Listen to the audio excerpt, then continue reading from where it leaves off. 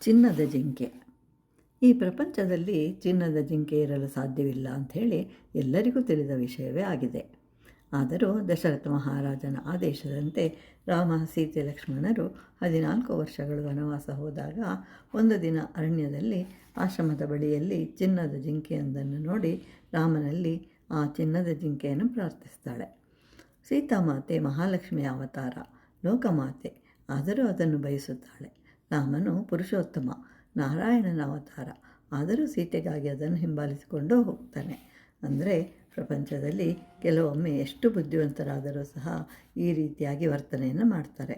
ಹೀಗಿರುವಾಗ ಇನ್ನು ಸಾಮಾನ್ಯರ ಪಾಡೇನು ಅಲ್ಲವೇ?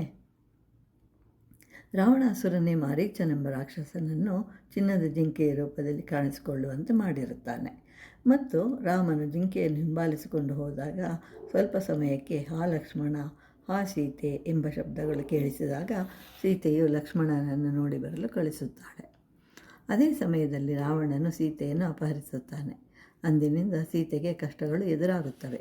ಅಂದರೆ ಸೀತೆ ಜೀವಾತ್ಮ ಅಂತ ಪರಿಗಣಿಸಿ ರಾಮನನ್ನು ಪರಮಾತ್ಮ ಅಂತ ಅಂದ್ಕೊಂಡ್ರೆ ಪರಮಾತ್ಮನು ದೂರ ಆದರೆ ಜೀವಾತ್ಮನು ವಿಪರೀತವಾದ ಕಷ್ಟಗಳನ್ನು ಅನುಭವಿಸಬೇಕಾಗುತ್ತೆ.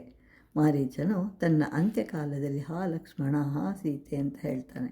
ಯಾಕೆಂದರೆ ರಾಮ ಎಂದಾಗಲೂ ಸತ್ತರೆ ರಾಮನಿಗೆ ಕೆಟ್ಟ ಹೆಸರು ಬರುತ್ತದೆ ಅಂತ ಹೇಳಿ ಹಾಗೆ ಹೇಳ್ತಾನೆ.